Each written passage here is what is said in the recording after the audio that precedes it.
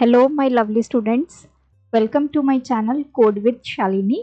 आज की वीडियो में हम स्टडी करेंगे यूनरी ऑपरेटर्स इन जावा। ये चैप्टर नंबर 4 का सेकंड टॉपिक है जो हम कवर कर रहे हैं। इन्हीं चैप्टर के नोट्स के लिए हमारी वेबसाइट ganitviggyan.in पे विजिट कीजिए, लिंक आपको डिस्क्रिप्शन बॉक्स में मिलेगा। प्रीवियस वीडियो में हमने फर्स्ट ऑपरेटर स्टडी किया था, दैट इज अरिथमेटिक, और मैंने आपको बताया था कि जो ऑपरेटर्स होते हैं उसको हम दो कैटेगरीज में कैटेगराइज करते हैं। एक तो बेस्ड अपॉन ऑपरेशन कि वो काम क्या कर रहे हैं, और दूसरा बेस्ड अपॉन दी ऑपरेंड्स, उसमें कितने ऑपरेंड्स हैं उसके बेस पे तीन ऑपरेटर्स होते हैं, यूनरी, बाइनरी एंड टर्नरी। तो आज मैं आपको बताऊंगी जावा में कितने यूनरी ऑपरेटर्स हैं। तो यूनरी ऑपरेटर होता क्या है बेसिकली, जब भी हम कोई ऑपरेशन करते हैं, जब भी ऑपरेटर को यूज करते हैं तो वो ऑपरेटर किसी वैल्यू के ऊपर यूज किया जाता है। वो कोई कांस्टेंट हो सकता है या फिर वो भी वेरिएबल हो सकता है, जैसे a प्लस बी या फिर 2 प्लस 5। यहाँ पे a, b, 2, 5 ये सब क्या है, हमारे ऑपरेंड्स होते हैं। तो अब यूनरी ऑपरेटर का मतलब क्या है, वो सारे ऑपरेटर्स जिनको काम करने के लिए सिर्फ एक ऑपरेंड की रिक्वायरमेंट है, उनको बोला जाता है यूनरी ऑपरेटर। जैसे 5 की वैल्यू मुझे 5 से 6 करनी है, तो मैं यहाँ पे यूनरी ऑपरेटर यूज करूंगी, दैट इज इंक्रीमेंट। तो उसके लिए सिर्फ हमें एक ऑपरेंड की रिक्वायरमेंट है। कोई मेरे पास वेरिएबल है a, उसकी वैल्यू मैंने इंक्रीज करनी है, तो उसके लिए मैं लिखूंगी a plus plus. Value decrease करनी है तो a माइनस माइनस।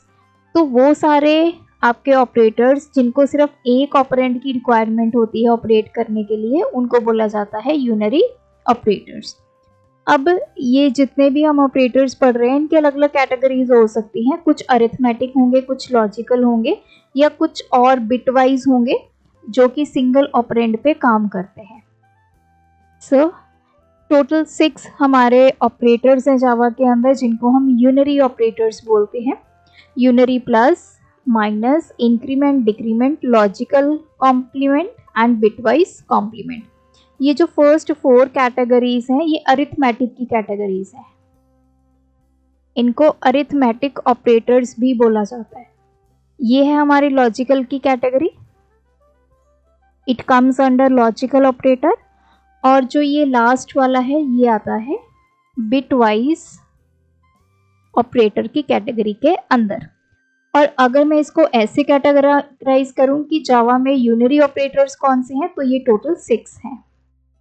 हम एक एक करके हम स्टडी करेंगे, इनका सिंटेक्स क्या होगा, कैसे ये काम करेगा, उसकी एग्जांपल से इसको समझते हैं। The very first is unary plus operator. Unary plus का काम क्या है, एक पॉजिटिव वैल्यू देना।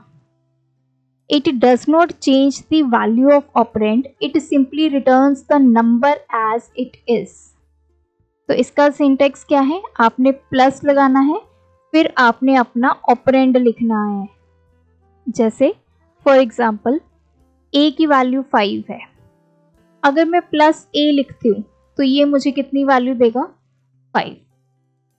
अब सेकंड सिनेरियो ले लेते हैं, a की वैल्यू -5 है, तो अगर मैं प्लस a लिखूंगी so it will not change the value of a। तो अगर आप प्लस a यूनरी प्लस को यूज कर रहे हैं तो इसने एज सच आपको वैल्यू दे देनी है -5। तो सिंटेक्स हमें समझ में आया। अब हम एग्जाम्पल देखते हैं। यहाँ पे मैंने एक क्लास बनाई है जिसका नाम क्या है, यूनरी प्लस एग्जाम्पल। ये हमारा मेन फंक्शन है।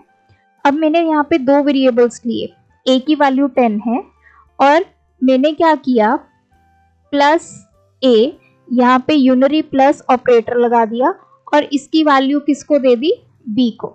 ये जो सेकंड स्टेटमेंट है, तो हुआ क्या, a में वैल्यू कितनी है 10, जब प्लस a हुआ मतलब आपकी जो प्लस 10 वैल्यू है वो किस में चली जाएगी, b में। तो जब आप system.out.print करेंगे वैल्यू ऑफ b, तो आपका प्रिंट क्या होगा, 10। अब सेकंड सिनेरियो ले लेते हैं। अगर ये ऐसे होता, a की वैल्यू -10 होती और आपने b में प्लस a असाइन कर दिया, मतलब प्लस जो यूनरी प्लस है, ये जो ऑपरेटर है इसका आपकी आउटपुट के ऊपर कोई भी इफेक्ट नहीं पड़ता है। अगर माइनस वैल्यू है तो माइनस ही चली जाएगी, प्लस वैल्यू है तो प्लस ही चली जाएगी। तो इसने क्या करना है, -10 वैल्यू बी को दे देनी है। जब आप इसको प्रिंट करेंगे तब आपका -10 वैल्यू प्रिंट होगी। So it does not change the value of the operand, ये आपने ध्यान में रखना है। सो इसके ऑपोजिट है यूनरी माइनस। जैसे मैंने पहले बताया, यूनरी माइनस का काम क्या होता है, साइन को चेंज करना। अगर आपके पास एक पॉजिटिव नंबर है तो ये क्या करेगा, उसको नेगेटिव में कन्वर्ट कर देगा। नेगेटिव नंबर है तो उसको पॉजिटिव में कन्वर्ट करेगा। इसको सिर्फ एक ऑपरेंड की रिक्वायरमेंट है। सो इसका सिंटेक्स होगा, पहले आपने माइनस लिखना है, देन योर ऑपरेंड। अब एग्जाम्पल पे आते हैं। ए की वैल्यू मेरे पास 10 है। सो दिस इज माई ए। इसमें वैल्यू कितनी स्टोर्ड है, 10। देन मैंने स्टेटमेंट लिखी int b is equals to -a। यहाँ पे मैंने क्या यूज किया, यूनरी माइनस को यूज किया। यूनरी माइनस क्या करेगा, इस a की वैल्यू को चेंज कर देगा। अब a में वैल्यू क्या है, 10 है। साइन क्या है, मतलब पॉजिटिव वैल्यू है। तो इसको इसने क्या करना है, नेगेटिव में कन्वर्ट करना है। तो इसकी वैल्यू हो गई -10। अब ये -10 हमारा किस में चला जाएगा, b में चला जाएगा। जब हम b की वैल्यू को प्रिंट करेंगे, वी विल गेट -10।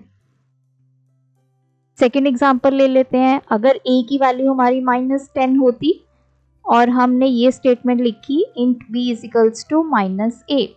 अब a में वैल्यू कितनी है हमारी, -10। हमने यहाँ पे यूनरी माइनस ऑपरेटर को यूज किया तो इसने क्या कर दिया, इस वैल्यू को पॉजिटिव में कन्वर्ट कर दिया। अब ये वाली 10 वैल्यू किसको चली जाएगी, b को। सो b में वैल्यू आ गई 10। तो ये हमेशा क्या करेगा, अगर आपका ऑपरेंड पॉजिटिव है उसको नेगेटिव बनाएगा और ऑपरेंड नेगेटिव है तो उसको पॉजिटिव। अब हम आते हैं अपने थर्ड ऑपरेटर पे, that is increment, which is very important. Increment operator का काम क्या होता है, वैल्यू को इंक्रीज करना बाय 1। अब सपोज कीजिए कि a में वैल्यू 5 है। अगर मैं इसके ऊपर इंक्रीमेंट ऑपरेटर यूज करती हूँ तो वैल्यू क्या हो जाएगी, 6। 5 में 1 प्लस हो गया, आई विल गेट 6। अब इसको यूज करने के दो अलग अलग वेज हैं। एक होता है प्री इंक्रीमेंट, एक होता है पोस्ट इंक्रीमेंट। प्री का मतलब पहले।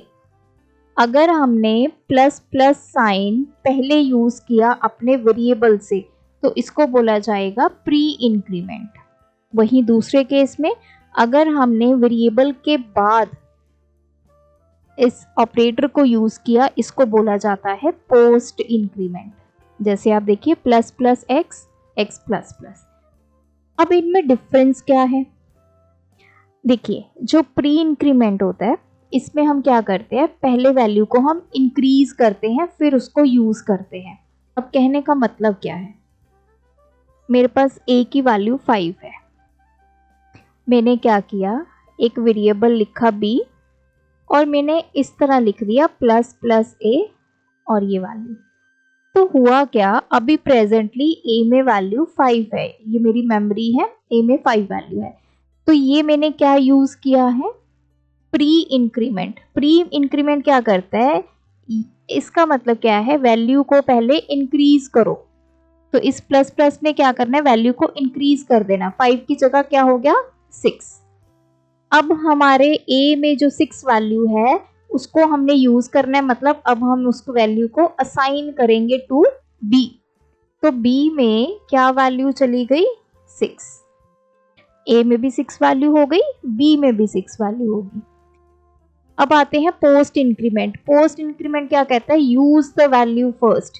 कहते हैं पहले वैल्यू को यूज कर लो अपनी कैलकुलेशन में, फिर उसको इंक्रीज करो। अब सेम एग्जांपल लेते हैं, a की वैल्यू अभी मेरे पास 5 है। मैंने लिखा int b is equals to a plus plus. मैंने यहाँ पे पोस्ट इंक्रीमेंट को यूज किया। a में तो वैल्यू 5 पड़ी है, ये मेमोरी है, ये a5।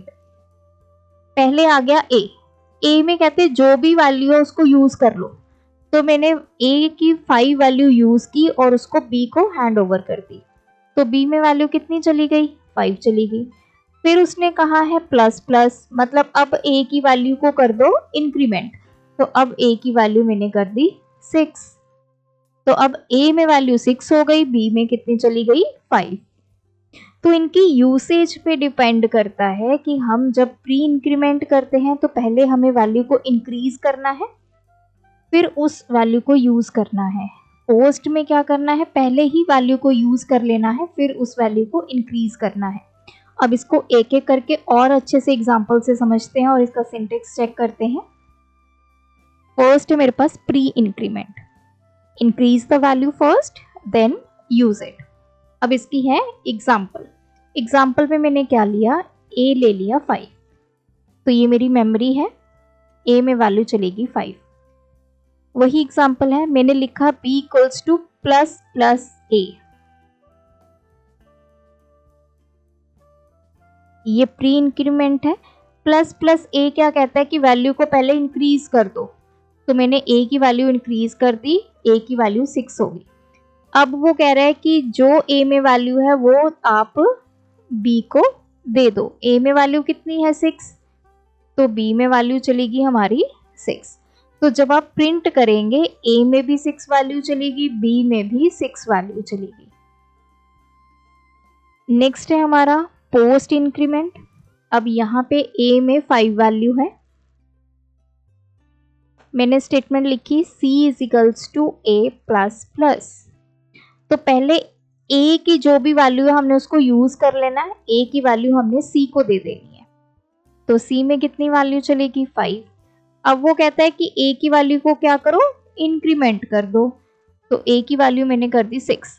तो जब मैंने प्रिंट किया a, तो क्या वैल्यू प्रिंट हुई 6, जब मैंने प्रिंट किया c तो वैल्यू प्रिंट हुई 5।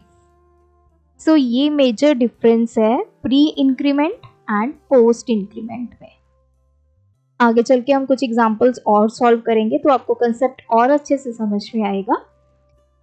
जैसे हमारा इंक्रीमेंट काम करता है, इन द सेम वे हमारा डिक्रीमेंट काम करता है, लेकिन डिक्रीमेंट में क्या होता है, वैल्यू डिक्रीज होती है। इंक्रीमेंट में वैल्यू इंक्रीज होती है बाय 1, डिक्रीमेंट में वैल्यू डिक्रीज होती है बाय 1। इसकी भी दो फॉर्म्स हैं, pre decrement and post decrement. Pre जैसे minus minus a, post a minus minus. Logic हमारा सेम रहेगा, अगर प्री डिक्रीमेंट है so we need to decrease the value first then we can use it, but in case of post decrement use the value first then decrease the value of your variable। जैसे increment का concept था pre increment and pre decrement, दोनों में पहले value को हम change करेंगे, increment में इंक्रीज करेंगे, डिक्रीमेंट में डिक्रीज करेंगे, फिर उसको यूज करेंगे। In case of post increment और post decrement we will use the value first then we will increment और डिक्रीमेंट अकॉर्डिंगली। एग्जाम्पल से समझते हैं। a में वैल्यू 5 है, मैंने स्टेटमेंट लिखी b is equals to minus minus A. तो क्या हुआ, पहले हमें माइनस माइनस मिल गया, प्री डिक्रीमेंट है तो हमें पहले वैल्यू एक कम करनी होगी a की, तो a में वैल्यू हो गई 4। फिर a की वैल्यू वो कहते b को दे दो, a में वैल्यू कितनी है 4, तो b को कितनी मिल गई 4। जब हम a की वैल्यू प्रिंट करेंगे वी गेट 4, हमने b की वैल्यू प्रिंट की वी गेट 4, दोनों में वैल्यू 4 4 आ गई। अब आते हैं पोस्ट डिक्रीमेंट पे। We have a is equals to 5, statement लिखी c is equals to a minus minus. अब क्या हुआ, पहले a की वैल्यू हम यूज कर लेंगे, उसको c को दे देंगे, a में वैल्यू 5 है तो c को भी वैल्यू 5 मिल गई। फिर वो कहता है कि a की वैल्यू को आप डिक्रीमेंट कर दो, अब a की वैल्यू मैंने डिक्रीमेंट कर दी 4। तो जब हमने प्रिंट किया a की वैल्यू सो वी गेट 4, क्योंकि a में अब 4 बच गया। और c की वैल्यू जब प्रिंट की, c में क्या आ गया 5। तो जब नेक्स्ट कैलकुलेशन में, अब सपोज कीजिए फिर से मैंने कोई कैलकुलेशन की, तो उस टाइम पे हमारा a 4 यूज होगा, c 5 यूज होगा। देन अकॉर्डिंगली जो भी आपने ऑपरेशंस करने हैं वो इन वैल्यूज पे होते जाएंगे। तो ये कंसेप्ट है इंक्रीमेंट एंड डिक्रीमेंट का, और उसमें दो दो फॉर्म्स हमने पढ़ी। तो ये जो फर्स्ट 4 हमने ऑपरेटर्स पढ़े हैं, unary operators, they all are arithmetic one. ये कोई ना कोई कैलकुलेशन कर रहे हैं आपके नंबर्स के ऊपर, तो इनको आप अरिथमेटिक ऑपरेटर्स भी बोल सकते हैं। Unary plus, unary minus, increment and decrement. तो ये 4 आपके सिलेबस में है, इनको आपकी बुक में अरिथमेटिक की कैटेगरी में ही दिया गया है। अब हम नेक्स्ट जो स्टडी करेंगे वो होगा हमारा logical complement and bitwise complement. लेकिन उससे पहले अब मैं आपको करवाऊंगी एग्जांपल्स 2, ताकि हमारे जो इंक्रीमेंट और डिक्रीमेंट का कंसेप्ट है वो और क्लियर हो। फर्स्ट एग्जांपल है, m की वैल्यू हमें गिवन है 12, हमने फाइंड करनी है n की value which is equals to m plus plus into 5 plus minus minus m। अब देखिए m में वैल्यू कितनी स्टोर है 12, दिस इज माय m। सबसे पहले n इक्वल्स टू, ये है m plus plus. m plus plus का मतलब क्या हुआ, ये हमारा इंक्रीमेंट ऑपरेटर है और कौन से वाला है, पोस्ट इंक्रीमेंट है। पोस्ट में क्या कहता है कि पहले हम m की वैल्यू को यूज कर लेंगे। m में वैल्यू कितनी है, तो मैंने 12 को यूज कर लिया, फिर उसको करना है इंक्रीमेंट। अब ये 12 वैल्यू इंक्रीमेंट होके क्या हो गई 13 हो गई, तो अभी m में 13 वैल्यू प्रेजेंट है। आगे है मल्टीप्लाई, ये आ गया 5 प्लस, फिर उसके बाद स्टेटमेंट है माइनस माइनस m। अब ये कौन सा ऑपरेटर है हमारा, डिक्रीमेंट। डिक्रीमेंट कौन सा decrement, pre decrement. Pre decrement क्या कहता है, पहले वैल्यू को करो डिक्रीमेंट, वैल्यू को डिक्रीज करो। तो 13 थी, ये वैल्यू डिक्रीज हो गई, कितनी हो गई 12। फिर अब जो m की वैल्यू है 12, इसको यूज कर लो, तो यहाँ पे मैंने वैल्यू यूज की 12। तो इसने क्या किया, 13 में से 1 सब्ट्रैक्ट करवा दिया, क्योंकि ये प्री डिक्रीमेंट है। पहले हमने वैल्यू को डिक्रीज कर दिया, 12 आ गई, अब इस 12 को हमने यहाँ पे यूज कर लिया।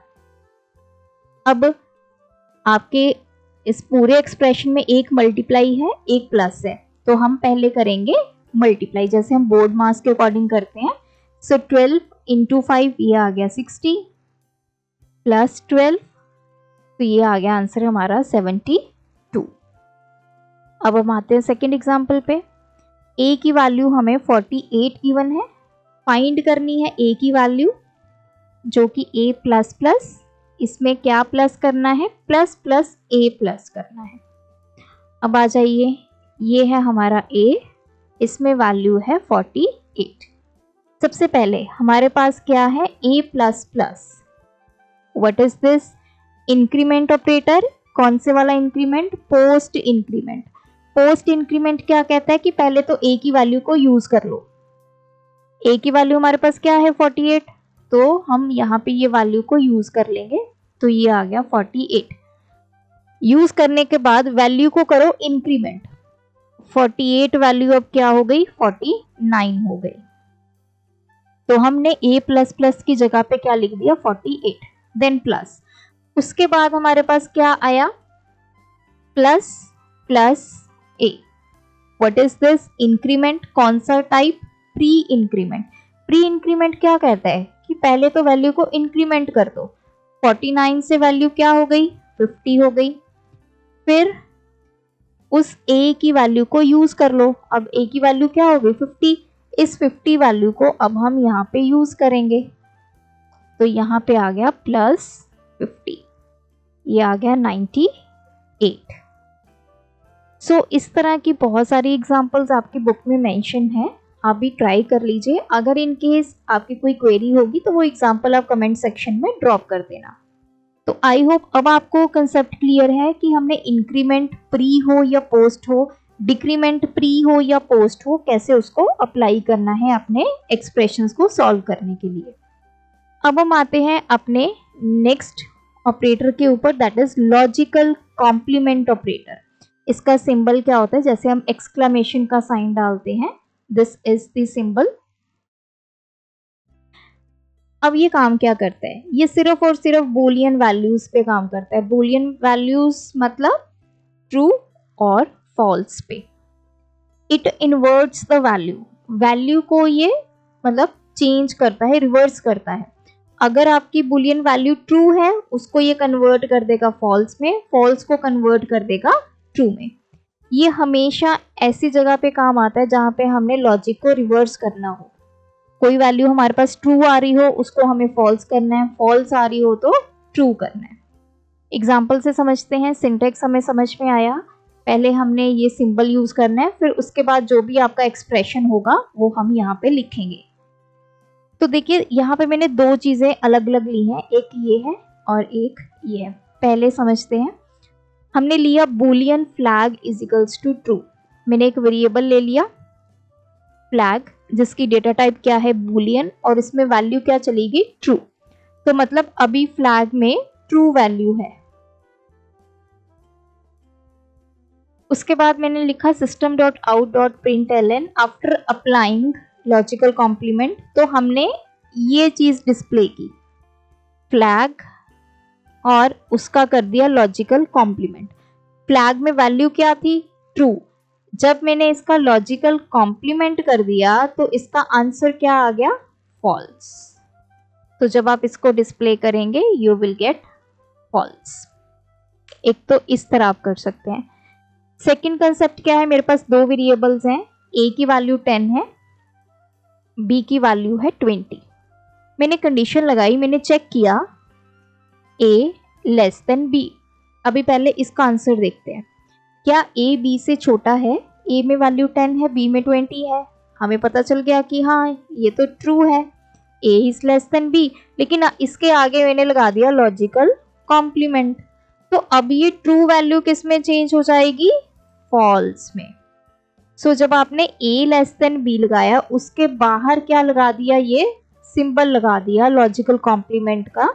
सो इसने इसको क्या कर दिया फॉल्स। सो हमें क्या मिल गया आंसर फॉल्स। दूसरा है ए ग्रेटर देन बी। पहले इसको चेक करते हैं कि क्या ए बी से ग्रेटर है। ए तो 10 है, बी 20 है, तो इसका तो आंसर आ गया फॉल्स।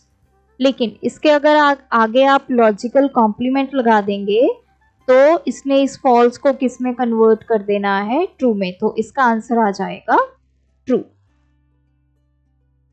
इतना पार्ट फॉल्स आ गया, फिर उसके आगे आपने लॉजिकल कॉम्प्लीमेंट लगा दिया तो ये हो गया ट्रू। तो इस तरह काम करता है हमारा लॉजिकल कॉम्प्लीमेंट, और ये हमारा लॉजिकल ऑपरेटर की कैटेगरी में आता है। लास्ट है हमारा bitwise complement. It comes under the category of bitwise operators. तो बिट वाइज ऑपरेटर्स में ये यूनरी ऑपरेटर है, मतलब एक ऑपरेटर ऑपरेंड के ऊपर ये काम करता है। ये जो बिटवाइज कॉम्प्लीमेंट है ये आपके इंटीजर टाइप्स के ऊपर काम करता है। इसका काम क्या है, बिटवाइज मतलब बिट्स को ये कन्वर्ट करेगा। अगर कोई बिट 0 है उसको 1 में कन्वर्ट करेगा, 1 है तो 0 में। अब आप सोच रहे होंगे यहाँ पे लिखा है कि ये इंटीजर टाइप पे काम करता है, ये तो 0 और 1 है सिर्फ। तो आगे देखते हैं एग्जाम्पल से कैसे ये काम करेगा। इसका सिंटेक्स क्या होगा, this is the symbol for bitwise complement. जो टिल्ड का सिंबल होता है ये लिख के फिर आपने अपना ऑपरेंड लिख देना है। This is the syntax. Example पे आते हैं, मैंने ए की वैल्यू ली 5, ए में वैल्यू है 5। अब देखिए ये काम कैसे करेगा। आपको पता है कि कोई भी जो आपने प्रोग्राम में सब कुछ जो भी लिखा है, चाहे वो वेरिएबल है चाहे वो कांस्टेंट है, everything will be converted to binary form. अब सपोज कीजिए कि 5 का बाइनरी फॉर्म ये आ गया, राइट। अब बिटवाइज कॉम्प्लीमेंट ने क्या करना है, इसको अब नेक्स्ट स्टेटमेंट पे आते हैं, अभी इसको यहीं पे रुक जाइए। 5 को इसने बाइनरी में कन्वर्ट कर दिया, फिर मैंने स्टेटमेंट लिखी b is equals to bitwise complement a, मतलब a का बिटवाइज कॉम्प्लीमेंट हो और वो वैल्यू b में स्टोर हो, इसका मतलब यही है। अब क्या होगा, इसका बिटवाइज कॉम्प्लीमेंट होगा, जो 0 है वो 1 में चेंज हो जाएगी, 1 0 में, तो ये हो गया 1 0 1 0, ये इसमें कन्वर्ट हो गया। फिर इसको किसी वैल्यू में कन्वर्ट किया जाएगा, तो लेट्स से ये वैल्यू सपोज कीजिए, इसका फिर 2's कॉम्प्लीमेंट भी लेते हैं, सपोज कीजिए -6 आ गई, लेट अस सपोज। अब ये -6 वैल्यू अलॉट हो जाएगी आपके b को, तो जब आप प्रिंट करेंगे value of bitwise complement a, ये b की वैल्यू आप प्रिंट करेंगे, यू विल गेट -6। तो जरूरी नहीं है -6 ही आए, ये तो सिर्फ मैंने आपको एग्जांपल से समझाया, आपको प्रोसेस पता होना चाहिए। ये जो a है 5, ये पहले बाइनरी में कन्वर्ट हुआ, जब हमने इसका बिटवाइज कॉम्प्लीमेंट किया, फिर ये 0 1 में कन्वर्ट हो गई, 1 0 में कन्वर्ट हो गया, फिर ये फिर से किसी नंबर में कन्वर्ट होगा और ये नंबर आपका b को असाइन होगा। So this is bitwise complement operator. तो ये थे हमारे 6 यूनरी ऑपरेटर्स जो जावा के अंदर काम करते हैं। आपके सिलेबस के अकॉर्डिंग आपको फर्स्ट 4 हैं, लेकिन ये 2 एक्स्ट्रा मैंने इसीलिए करवाए ताकि आपकी जो प्रोग्रामिंग स्किल्स हैं वो थोड़ी और एनहांस हो पाएँ। सो आज की वीडियो में हमने ये सारे यूनरी ऑपरेटर्स को कवर किया। अगर आपकी कोई क्वेरी होगी तो कमेंट सेक्शन में ड्रॉप कीजिए। Thanks for watching. सिंटेक्स हो या सेमीकोलन की परेशानी, फॉलो करें कोड विद शालिनी।